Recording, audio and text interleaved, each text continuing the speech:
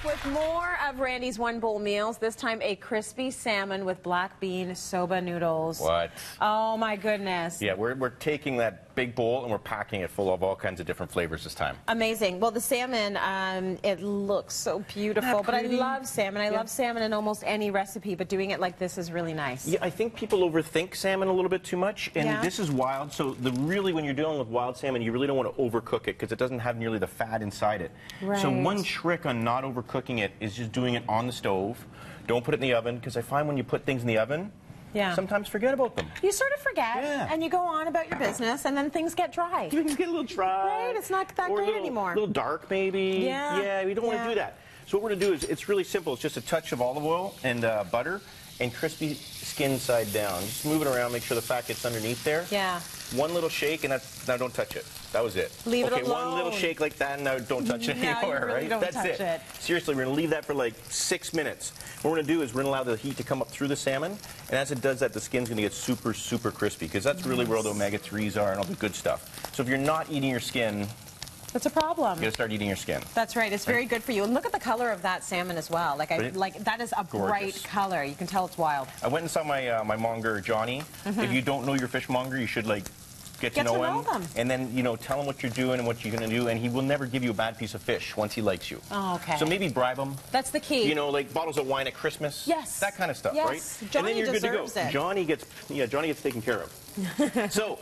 Noodles. This is really quick and simple, but we're gonna slam the flavor in. So what I'm gonna do is give me a little splash of olive oil in this pan, please, Tracy. You got it.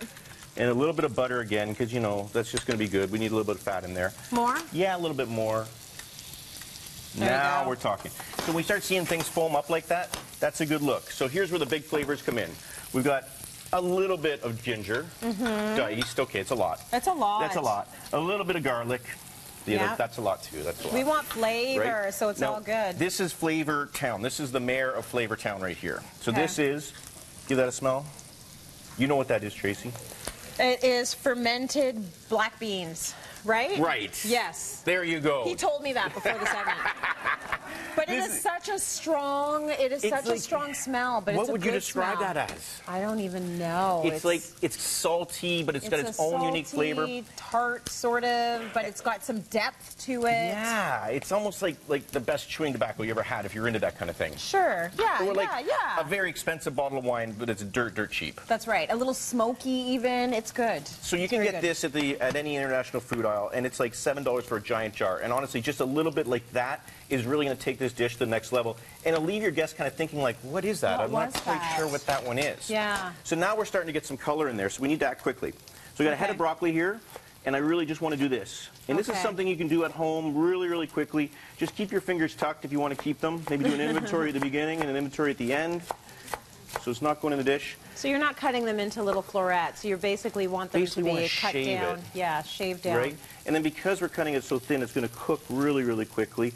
But it's also going to leave a little bit of texture inside the noodles. Okay. All right? So this is where the fun begins.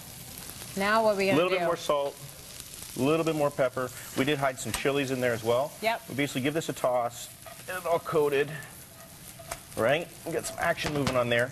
Now your favorite part. The noodles? Not quite. Oh, this? Not quite. This? The wine. That's Tracy's favorite part. So the pan starts getting a little dry. You get a little bit crispy. You want to, that's what we call a deglaze. Yes. Good. So now what we're doing is basically steaming the salmon, or steaming the broccoli at the same time. Right, so we got a little crispy, a little bit of steam. Now the noodles can go in. What I did is I just blanched these off really quickly. They're buckwheat, so they're really delicate. Try not to over blanch them. And then they just basically go in, right? Now, what do you like about the soba noodles? Is it because they're a little more dense? Find them a little bit more dense? Yeah, easier to digest. Yeah. Like they're close to gluten-free because it's buckwheat. Right. And I think they look cool. Yeah, I like. No, I do. I like the color of it. I mean, it sounds pretty stupid, but it really does come down to it looks great, and it's great for chopsticks. Right. Right. And it's also super quick. This only takes about 3 minutes to blanch. So if you're in a hurry and your salmon's cooking, right? Yeah. And so here's what we got. We did a little toss like this, and a little bit of butter to finish again, because noodles just need just a touch of butter. Just a little bit. And this is where the lemon comes in, Trace. So give me the zest first. Yeah, the zest to the other side. the other side, to the outside edge. No, you got it. You got it. Here we go. There we go. There we go. That's good. That's all right. The other way works as well. It's always a lesson here with Tracy in the house. That was beautiful. And then to finish, just give me the squeeze. Just give me the juice, and I'll protect your eyes so you don't like lose one. Now we've got flavor. Do we care about seeds? Oh, well. I took the seeds out before we got on. Oh, right? I went and did that for you. A little bit of mise en place, right? So now here's what we're going to do. Get our tongs. We have a giant bowl here. Right? And you see all those like colors in there, a little bit of chilies. Everyone's going, sounds pretty good. Beautiful. Looks pretty good, right? And really, I mean, if you're a vegetarian, that could finish right there, but we're not. So we look over here, and this, in about 4 more minutes, will simply turn to this. Right? And as you can see it right here, the cooking's coming through. The proteins are starting to come out. If you take a look at this one, I just started this like 3 minutes earlier.